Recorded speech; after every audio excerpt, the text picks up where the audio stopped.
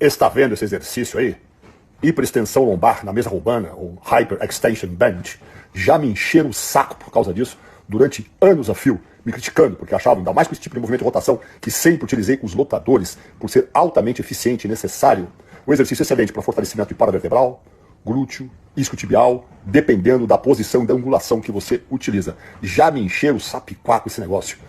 Olha, vou dizer para vocês, hoje em dia, um exercício muito bem compreendido, com o aparelho adaptado, com 2 tipos de pisada, inclusive esse com a pisada mais alta e insuficiência passiva do isquiotibial, trabalhando bastante o glúteo e, para a surpresa de poucos, ali ó, a utilização de uma sobrecarga, é o mesmo equipamento, dessa vez lá na Evolution, com utilização de sobrecarga, exatamente como eu faço há décadas, tal como outros exercícios, os quais elevação pélvica, agachamento a fundo e vários outros exercícios que me perturbaram durante décadas, hoje são largamente compreendidos e estudados e com aparelhos para utilizá-los com sobrecarga, bando de idiotas do passado.